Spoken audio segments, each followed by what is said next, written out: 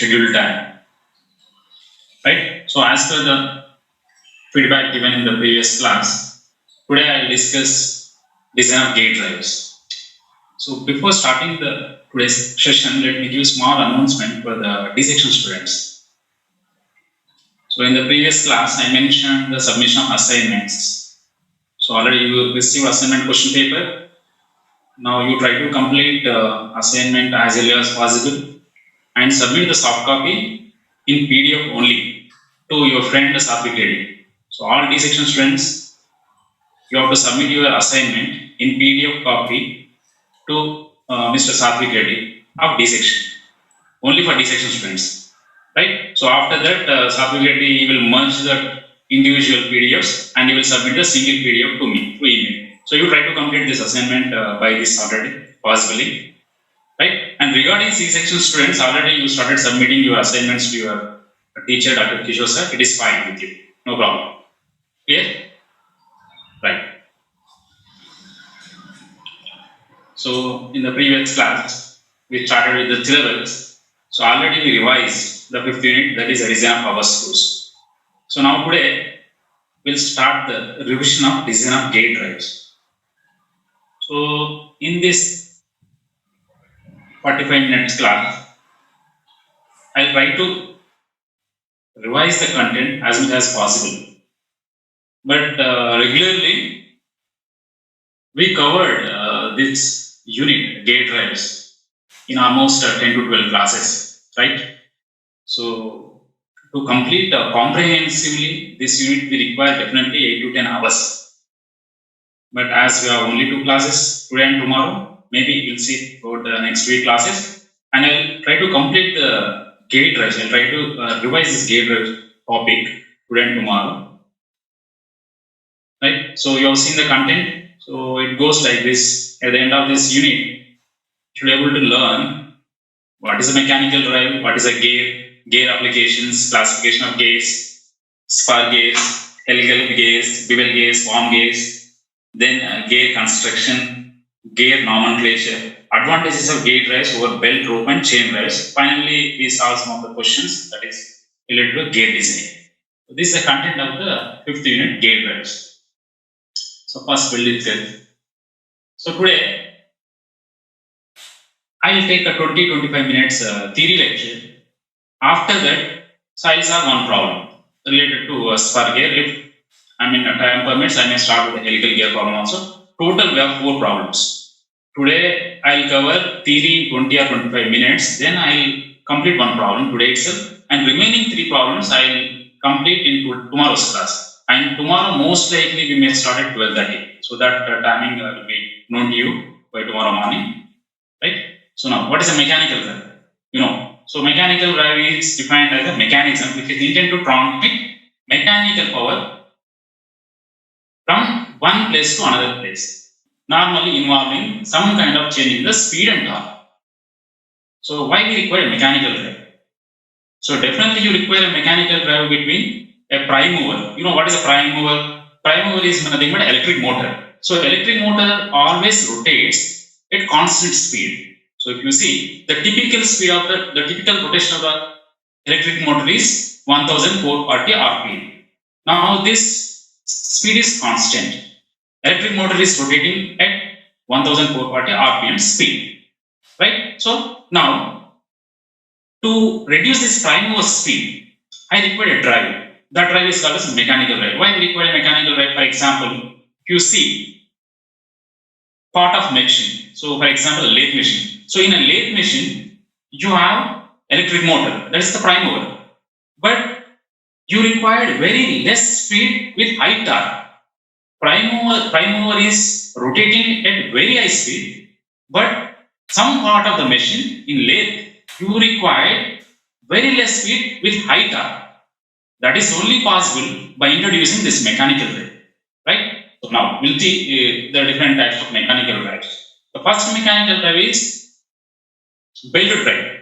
So you can transmit power using belt drives. So what is the principle of belt drive?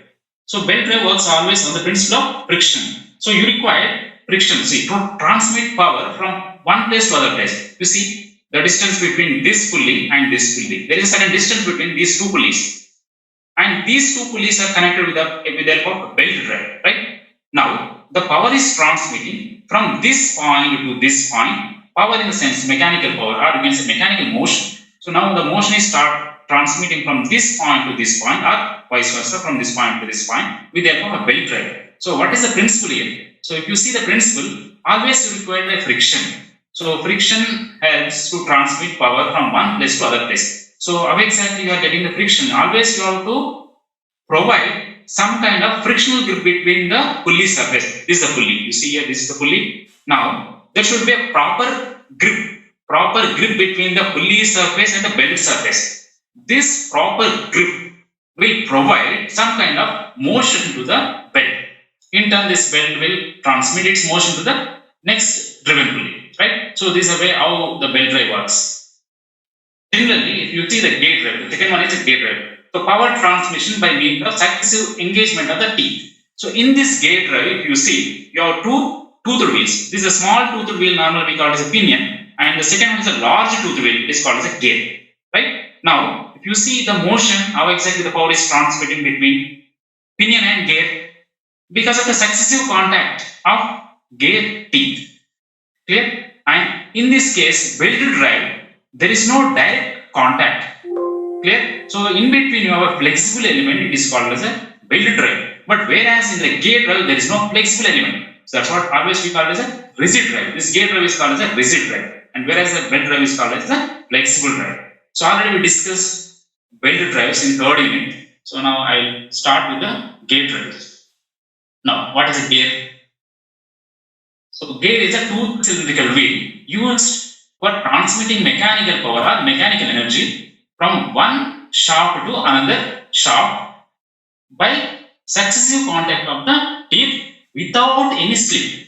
So this is a basic definition. If you see the power of exactly transmitting from one place to other place. Here you see, remember, one place to other place. In the second is from one shaft to other shaft. And there is no slip. I mentioned without any slip. So what is slip?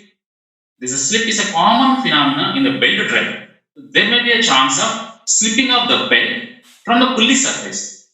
This is possible in the belt drive because there may be an improper frictional grip between pulley surface and the belt surface, or after some running time there may be some stretching in the belt. Because of the stretching, looseness, you may have some kind of slip. Slip is nothing but falling the belt without carrying the pulley surface. That means there is no proper contact between the belt and pulley surface. But whereas in the gear drives, definitely there is no slip. That's what it is called as a positive drive.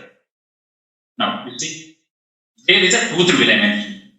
So now, how exactly the contact is taking place between the two toothed wheels? This is small one is a pinion and the large one is a gear. So because of the continuous contact between the teeth of the gear, the power is transmitting from one shaft to other shaft. Now, so this is also called as a speed reducer. Gear is also called as a speed reducer. So that's what always we use this speed reducer. Always we introduce this speed reducer between engine and some part of the machine. For example, if you see this diagram, in this diagram, so you have engine and this engine shaft is connected to the propeller shaft. In between, you have introduced a gear. You see the diagram clearly. So this is the engine and this is the propeller shaft. Now this engine is rotating at approximately 400 rpm. Now I want to have some speed definitely which is less than 400 rpm. So how it is possible? This engine is running with an electric motor, prime mover. Now the prime mover is running at 400 rpm. That means the engine speed is 400 rpm. But for my propeller shaft, I require only 100 rpm. So how it is possible? From 400 rpm to 100 rpm, you have to reduce the speed. So how do you reduce? You require a speed reducer. It is called as a gear. So now, if you introduce speed reducer between this and propeller shaft, you can reduce the engine speed from 400 rpm to 100 rpm. So what is the gear ratio here? 400 divided by 100. So now if you use a gear having 4:1 speed reduction ratio or gear ratio, you can reduce your propeller shaft speed. Clear? Now, so some of the gears you can see how exactly some of the animated images. If you see the power is transmitting between two gates. Because of the successive contact of the teeth, the power is transmitting from this shaft to this shaft. So depending on the orientation of the teeth, you can classify. We'll see the classification a little later. So some of the animated images you can see. So you have different gates and power transmissions, chemical constructions, power transmission using different gate drives. So we'll discuss one by one later. Clear? What is gate? I think. Now, so what are the gate drive advantages? So your belt drives, so power can be transmitted using belt drives, rope drives, chain drives, and power screws, and so on. Now, if you see the advantage of the gate drives, so velocity ratio. Velocity ratio is always constant with the help of gate drive. So there is no slip. I mentioned just now, there is no slip problem. So there is a slip problem with the belt drive, whereas in the gate there is no slip. That's what it is called. It is called as a positive drive. So velocity ratio is always constant. That means in the previous screen you have seen engine and propeller shaft. So what is the velocity ratio there? 400 by 100, 4:1. That 4:1 ratio is constant throughout the power transmission. It is possible only with the help of gate drives, but it is not possible with the help of belt drive. So after some point of time, definitely because of some contraction, some extraction in the belt, there may be chance of slipping of the belt from the pulley surface.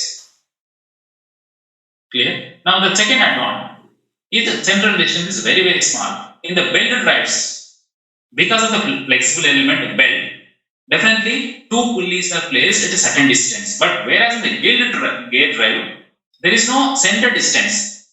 Pinion and gear both are in touch with each other with the help of successive contact of the teeth. So the center distance is very small. Because of the small center distance, the design will be so compact. So now compact construction is possible with the help of gate drive. Now transmits very large amount of power. So this is the behind scope of the belt drives. Through belt drives, power is transmitted from one place to other place, or you can say small amount of or moderate amount of power is transmitted with the help of belt drive. Whereas if you need large amount of power transmission in industrial applications, you require gate drives. Next, transmits motion at very low velocity. So that's what whenever you require very accurate motion of the engine or maybe a shaft, you have to use only gate drive.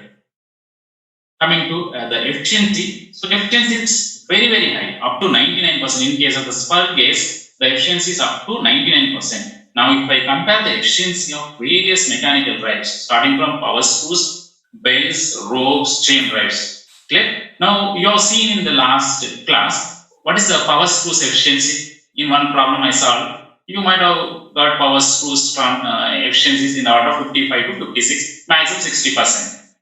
And whereas the belt drives, flat belt or V belt or any belt, the transmission efficiency is in the order of 65 to 75% only. But whereas in the case of gears or if it is a spur gear, you can go up to 99%.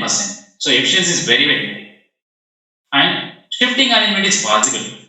For example, lathe machine. So in lathe machine, you have electric motor. Electric motor is rotating at constant speed, let us say 1440 RPM. Now, this speed is to be transmitted to the spindle or chuck. Now, the spindle and chuck is rotating at different speeds. So, to turn the work material or to machine the work material, you require different feeds and depth of cut. So, how it is possible? You have to provide different speeds to the spindle and chuck. So, this is possible with the help of a gearbox. Or maybe if you use belt drives, you have to use a compound belt drive. Okay? So, you can change the one gear to other gear or one belt to other belt. You can have different speeds, variable speeds. So what the disadvantage is the gear drive? Definitely you have some disadvantages. So first of all, you see the gear drive cost. You have definitely maintenance. You require maintenance. Cost is very high. Manufacturing complexity. So because of a precision, you require high precision. You mentioned in the first advantage, velocity ratio is constant. To maintain velocity ratio is constant, you require very accurate drives. For that, you require different machining operation, gear manufacturing processes using milling process, gear hobbing. All these processes are called as complex processes. So next, definitely you require lubrication cleanliness. to maintain or to avoid wear and tear between the pinion and gear teeth contacts, you have to maintain always lubrication and you have to maintain the cleanliness of the gears. So these are the some disadvantages. Now coming to the next one, gear drive applications. So we'll see various applications of the gear drive. So you know all these applications. Let me revise all these applications starting from gear using black. You see in a gear you have the pointer in this clock you have different pointer. One, this is a one pointer, the second pointer, hour pointer, minute pointer, and second points, right? So each pointer is having its own speed. How the different speed is possible for all these pointers? You have to give some gears. Now, this is one example of spinner. You know the application of the spinner. It is working on the gear principle only. So you require definitely a gear in the washing machine. To run the washing machine at different speeds, you require a gearbox. In kids' toys, you have different gears. And gears used in motorcycle and automobiles. You see, here this is a gearbox. In automobile, you have this kind of gearbox having different gears. Tractor transmission, power transmission in the tractor with the help of gear drives. Again, the gearbox in a typical helicopter, aircraft landing gear, and in radial pulling machine for the spindle movement, you require a gear. That is a rack and pinion arrangement. So in a lathe carriage, you have the gear. So you have seen this kind of sugarcane crushing machine. This is the old one, conventional one. So here you require a gear. You see the gear. Gears in cement plant, mills, presses. This is a vertical mill.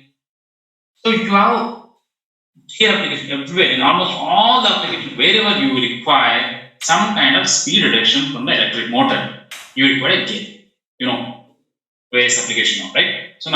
So what are the parameters to select the gear drive? You have different gears. Now, definitely you require some parameters to select the appropriate gear for your application. So starting from shaft arrangement. So how do you require arrangement of shafts?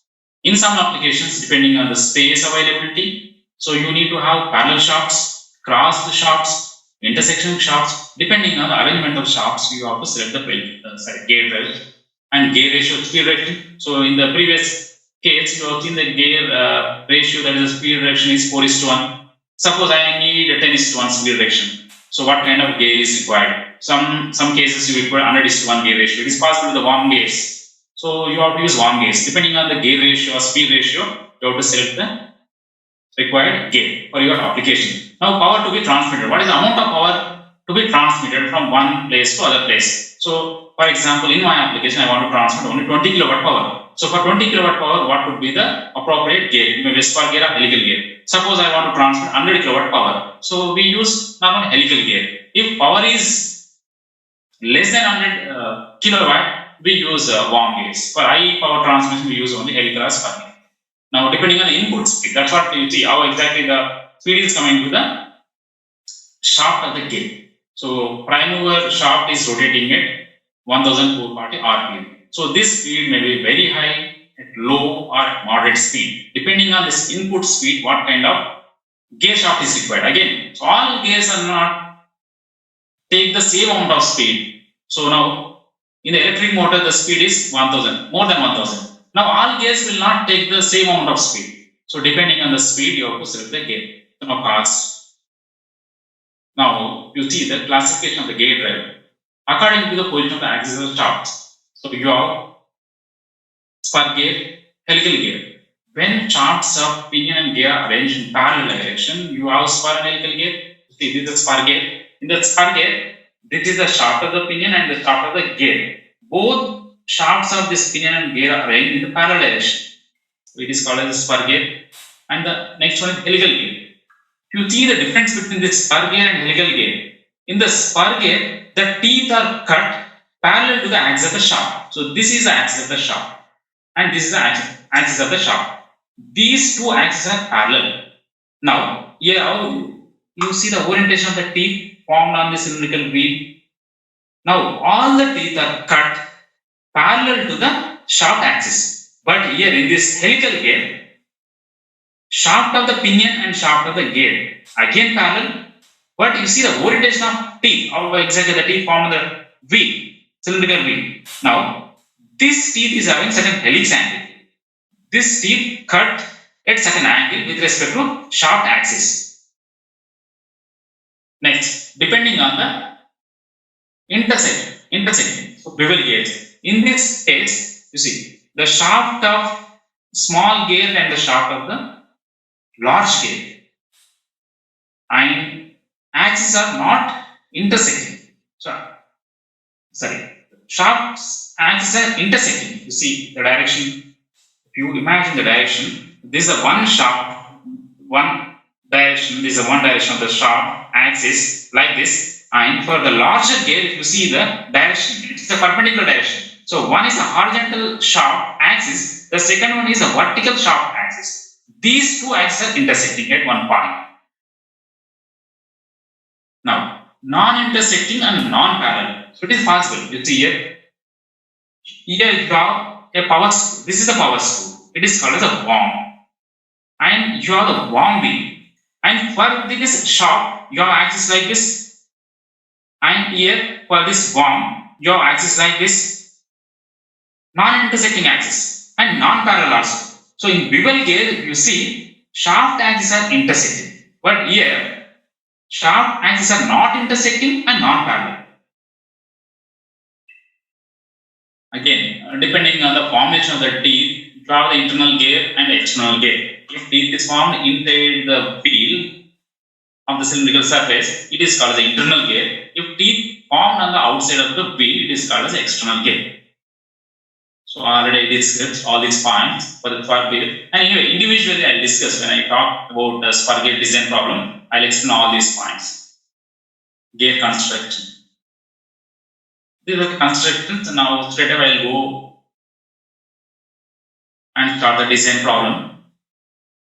While solving the problem, I'll explain all the points. Now if I start explaining all the slides, it takes 1 hour for me. So now straight away I'll go to the design problem. So while explaining the design problem, I'll give you all the important terms. Now this is the terminology of spur gauge.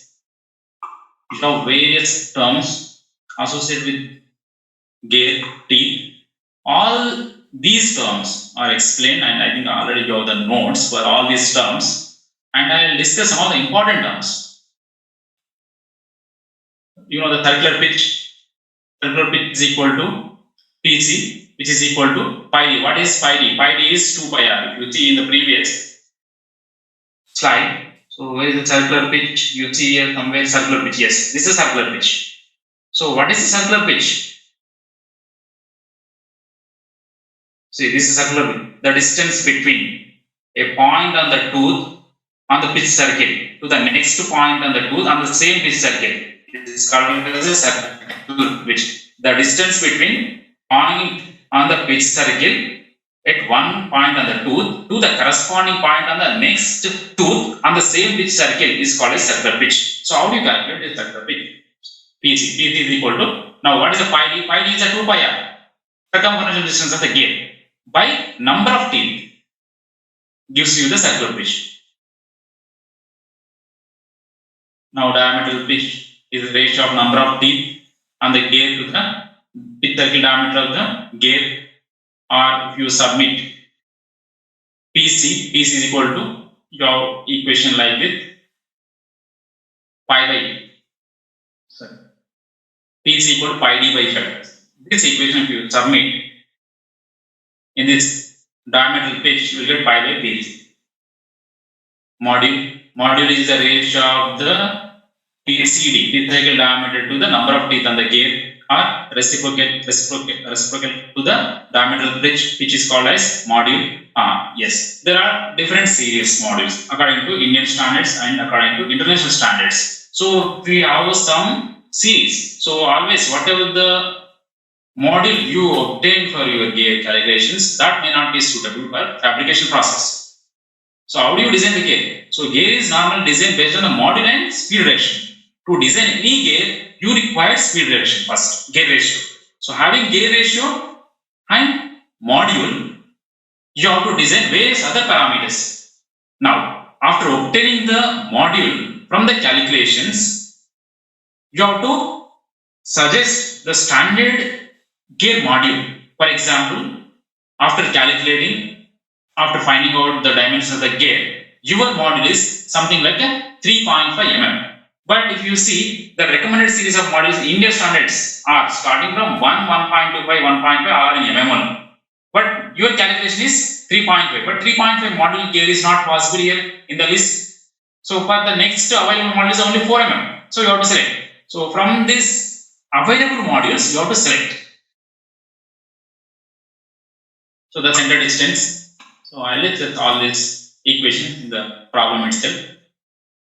Now, the next important term is the backlash. So what is a backlash? See the definition. It is defined as the amount by which the width of the tooth space exceeds the thickness of the engaging tooth measured along the piston. You see the image here.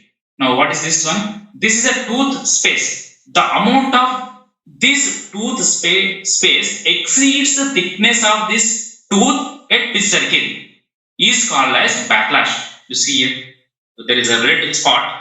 This red spot is called as backlash. This gap, this red spot gap is called as a backlash. How do you define this backlash? This is the gap. So the amount of tooth space, this is the tooth space. The amount of tooth space exceeds the thickness of tooth along the pitch circle is called as a backlash. It is called as some kind of play. You see, there is a pinion and gear, and there is a play required. So whenever you have a proper play between the pinion and gear, then only you can transmit the power from one place to other place. This is a play. So play is required. Backlash is required one. Now if you see, so what purpose you require a backlash? Now in this connection, if you see, so this is the tooth of the driving gear and this is the tooth of the driven gear. Always you have some errors on the tooth surface of the driving gear and tooth surface of the driven gear.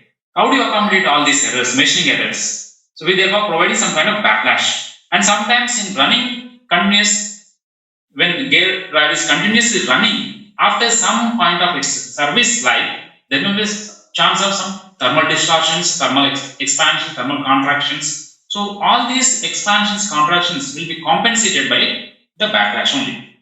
So now, so how do you provide a backlash? There are certain methods. So you have a method. If you cut the tooth, so this is the tooth thickness measured along the pitch circle. If you make this tooth thickness little thinner at this point, you can provide some kind of gap.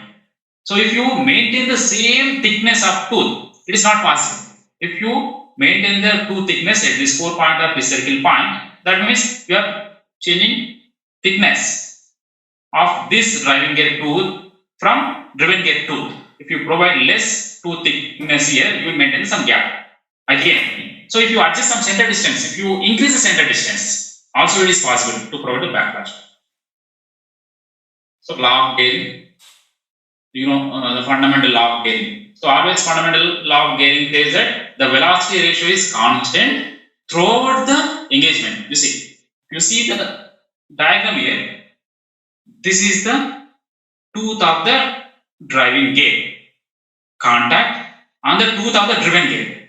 Now at this contact, if you draw a normal line passing through this fixed point is called as a pitch. Now in this case, when this normal line passes through fixed point or pitch point, then you can maintain the constant velocity ratio. Here the contact between driving gear tooth and driven gear tooth. For this one contact, let us assume the velocity ratio is 5.4. Likewise, how many velocity ratios you will get?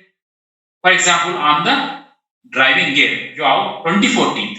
On the driven gear, you have 36 teeth. Now, each tooth of driving gear will touch with the driven gear tooth. For each pair of contact, you have some different velocity ratio. But this fundamental law of gearing says that whatever may be the contact for the driving gear teeth to the driven gear teeth, that velocity should be constant throughout the contact, throughout the engagement. That is only possible when this normal line passes to the fixed point, or you can say this fixed point is called as pitch. This is the equation for the constant velocity ratio. Force analysis. So you have all these equations that are designed in handbook. You do not remember any equation. So all these diagrams, equations are available in the design handbook, right? So now you have different gear values. I'll discuss gear values after some time. So helical gears, different gears you have. Now today I'll go with one problem. Yeah. So this is the problem related to the spur gear. So I'll complete this problem in maximum 10 to 15 minutes. So don't write anything. If you have a design handbook, you please keep it with you and better use calculator, use Rapport. Try to solve this problem. Right? You can take the photos of the screenshots. In the previous class, one student asked the solutions of all the problems. So after this class, I will make the soft copy of all 4 problems covered in the power screws. Right? Similarly, whatever problems I am going to explain in today's and tomorrow's class, for all the problems I will give you the soft copy. So you do not write, but for practice purpose, you practice along with me.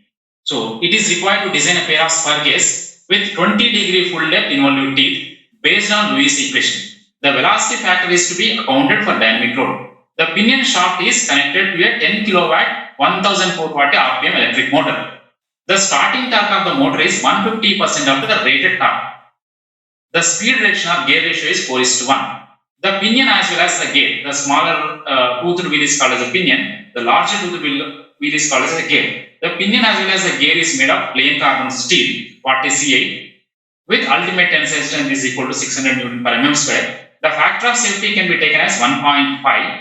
Design the gears, specify their dimensions and suggest suitable surface hardness for the gears. So this is the question related to the spur gear design. So what is the design of the gear? How do you design the gear? Gear design is nothing but finding out the dimensions of the gear. So what are the dimensions associated with the gear? Starting from the module, you require definitely speed reduction. For any gear design, you require 2 parameters. One is speed reduction. The second one is a module. In this question, you have the speed reduction, which is equal to 4:1. The second one is a module. So after having speed reduction ratio and module, you can find out other dimensions like recycle diameter of the pinion, recycle diameter of the gear, number of teeth on the gear, number of teeth on the pinion, and so on. Clear? So let us write the given data. Now, the gear profile is 20-degree full depth involute teeth. It is given. And from the question, first line, it has given 20-degree full depth involute teeth. Yes, there are different gear profiles. One is 14.5-degree gear tooth profile. The next one is 20-degree full depth and 20-degree stub teeth systems. In most of the applications, we use 20-degree full depth involute teeth. So, what is involute teeth? There are 2 profiles. So, using 2 different profiles, one is involute profile, the second one is cycloidal teeth profile. You can fabricate the gears. So, if you compare this involute teeth profile, what is involute? So, in first year engineering mechanics, engineering drawing, engineering graphics, you are drawn involute. So, without having application of the involute, you are drawn this involute in the first year itself. So, that application now we will be knowing. See, what is involute? Involute is the curve traced by a point on a line. That line slips without, that line rolls without slipping. Right? So, that is the involute profile. Similarly, what is the cycloid? Cycloid is again curve traced by the point which rolls on generating circle. It may be inside or outside. If it is inside, you have one profile. If it is outside, you have one profile. It may be cycloid or epicycloid or hypocycloid. In most of the applications, to compensate interference, we use involute teeth rather than cycloidal teeth because complexity is very high if you fabricate cycloidal teeth. So, cycloidal teeth will give you less interference when you compare with the involute teeth. But based on the geometrical complexity and manufacturing complexity, in most of the applications we use only involute teeth profile. Next, this 20 degree is a pressure angle. Next, the power is given as 10 kilowatt, speed of the pinion is 1440 RPM, electric motor speed or input speed service factor is starting torque by rated torque is equal to 150%, 150 by 100 equal to 1.5. Speed reduction or gear ratio equal to number of teeth on the gear. Judging is number of teeth on the gear by number of teeth on the pinion is equal to 4. Ultimate tensile strength is equal to 600 Newton per mm square. So factor of safety equal 1.5. So this is a given data. So first, you require torque. So how do you calculate the torque transmission? Using gate drive. So there is an equation. This equation is available in the design data handbook. One more point here I want to mention to all the students. For gate drives, you need not remember any equation. All the equations are available. You see, starting from first equation, this is the torque equation. From this equation to the last equation of this problem, all equations are available in the design data handbook. You need not remember any equation, but you should know the availability of the equation and availability of the table, and you should know all the page numbers. For that, you require a proper practice of the design data handbook. That's what always I used to mention in the class. So most of the students still they are not having design data handbooks. I hope now you try to collect the soft copy of the design data handbook and try to practice. Right? So now the torque transmitted using gate drive is MT. Normally we use capital T. Capital T, MT both are same. So now 60 into 10 power 6 into P by 2 pi n. So the same equation you can say it is like power is equal to 2 pi n T by 60. Same equation. But in this equation, this torque MT is the torque you will get in Newton mm.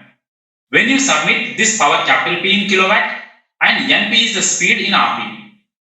Mind it, this torque MT you will get in Newton mm when you submit power in kilowatt and speed in RPM. Otherwise, in simple torque equation, P is equal to 2 pi nt by 60. In that equation, you will get Newton meters. Right? So now, this factor 60 into 10 power 6 will take care about the conversions, and the torque you will get in Newton mm only. So right. So for this equation, you have the power is given 10 kilowatt.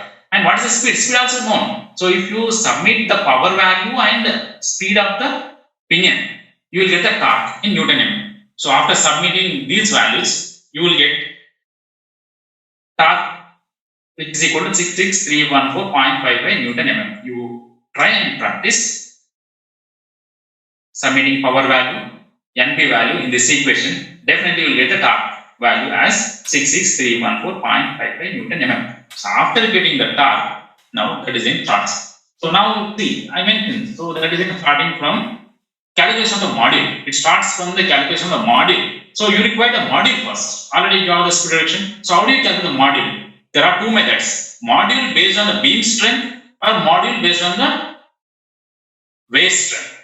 So for this, you have a Lewis equation. So based on the Lewis equation, you have module equation. This is the equation.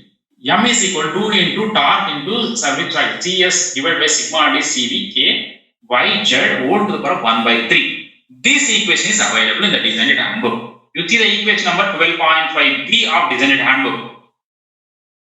I don't know the page number, but you note down the page, this equation number. Equation 12.5 means the 12th unit. Equation 12.5b of design data handbook gives you this equation. So from this equation you can find out the module. To find out this module, what are the parameters you require? You see the equation MT is the torque. Already you calculated. Coming to the CS service factor. So let us define the parameters first. So you go to the next slide. So you have all the parameters. In the same equation, module equation, what is the first term? M. Small m is a module. So now in this equation, after submitting all the parameters, all the values, you will get a module in mm only. To get this module in mm, you have to submit this torque. MT is equal to torque in Newton mm. Next parameter is the CF. CF is the service factor. Service factor is given 150%, 150 by 100, which is equal to 1.5. So the next term is sigma d. In this equation, the next term is sigma d. What is sigma d? Allowable static stress, allowable stress in Newton per mm square. So which is equal to SUT, ultimate tensile stress by factor of safety. So ultimate tensile stress is given as 600 Newton per mm square and factor of safety is given as 1.5. So now what is your sigma d value? 400 Newton per mm square. For your information, you please remember, you should not submit SUT value directly in this equation. SUT is different, sigma d is different. SUD is a failure stress, and sigma D is a design stress, or you can say allowable stress. Always we use allowable stress or design stress only. Now this allowable stress you can calculate using factor of safety. If factor of safety is given, you have to definitely consider allowable stress. Suppose if factor of safety is not given, that means the given stress is only design stress. Now velocity factor. The next term is a velocity factor CV. This is the next term, small k, which is equal to the ratio of B by M. What is B? B is the phase width. M is module. So the next term is Y, capital Y. You see this equation? In this equation, this Y is capital Y. Capital Y is equal to form factor, which is equal to 5 into 3.14 into Y, small y. This small y is called the Lewis form factor. This equation is given by Lewis based on the beam strength or bending strength of the gear tooth. According to that equation, small y is Lewis form factor. Now, the next term is delta. What is it? Number of teeth on the gear or pinion. Yes. So here, this Z is equal to ZP or ZG. You have number of teeth on the pinion, number of teeth on the gear. Which Z you have to consider in this equation? Or this equation is with respect to gear or pinion?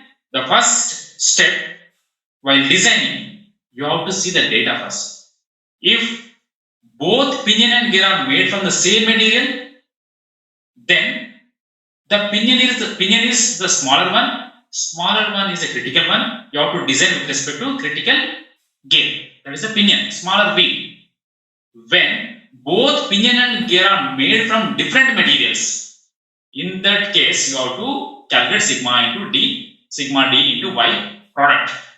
So for sigma D and Y for pinion and gear, so sigma D and Y value is based on the sigma D and Y value for the pinion and gear. You have to consider the critical part. So normally for whichever the wheel or whichever the gear, sigma D, the product of sigma D and Y is less, that part is called as a critical part.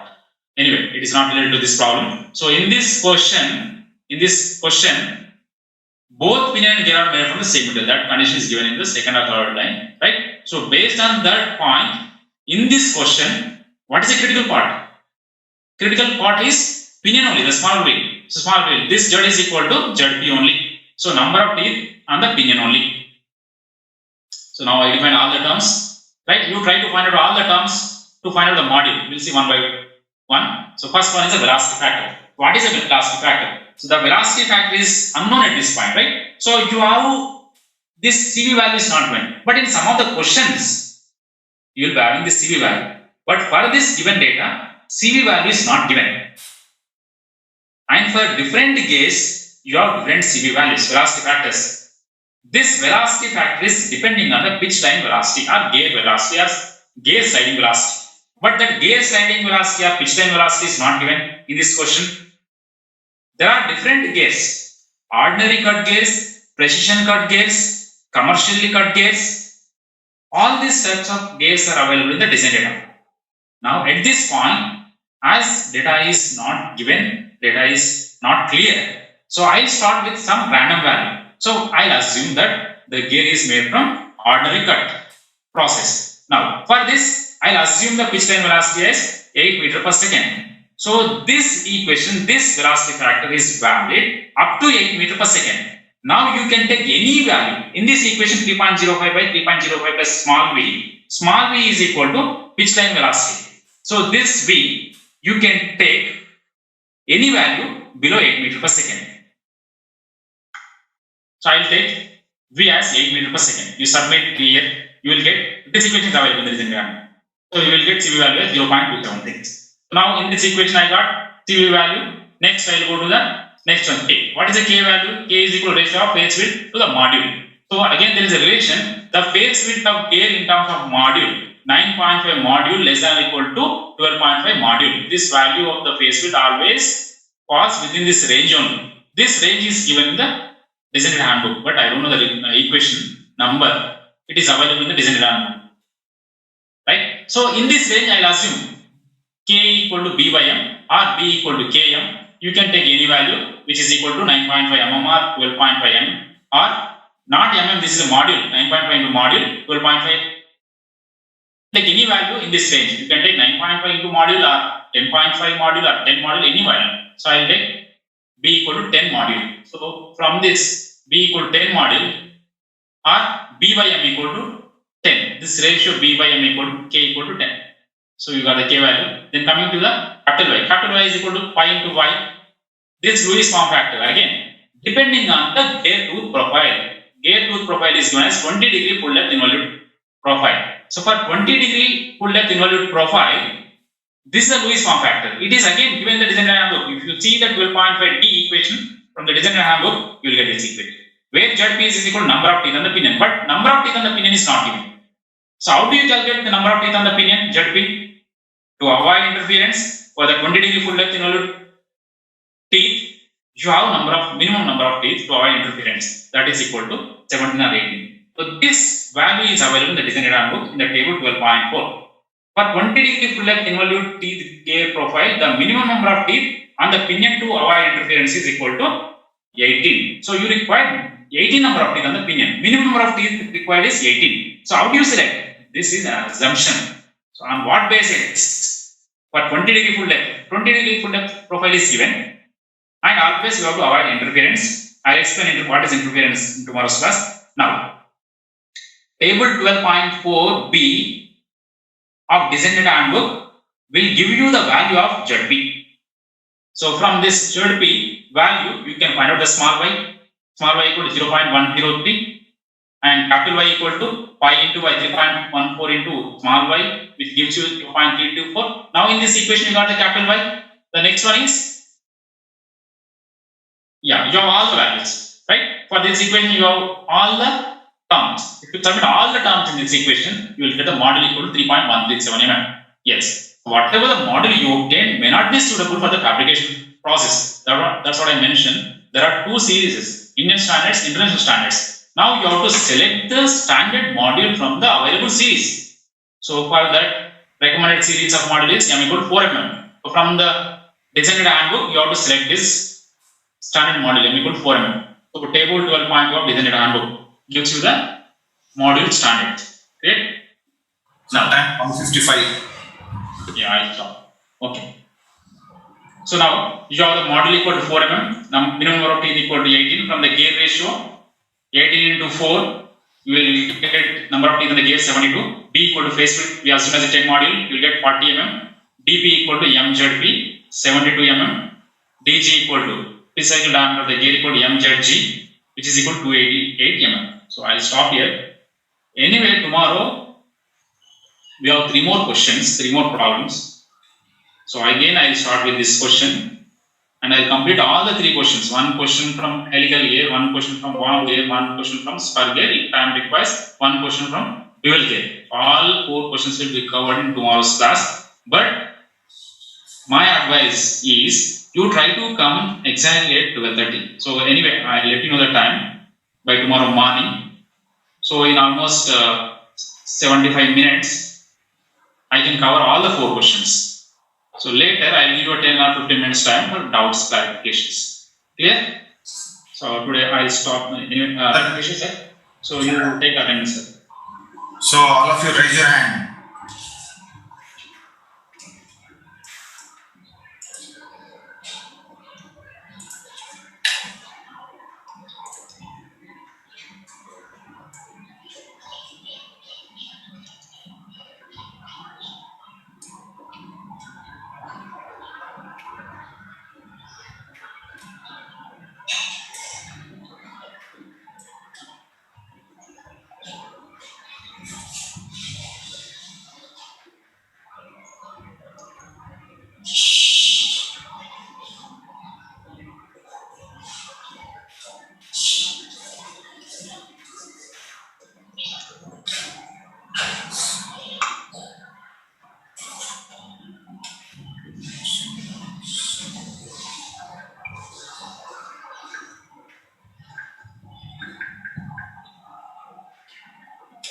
Sir, okay, sir.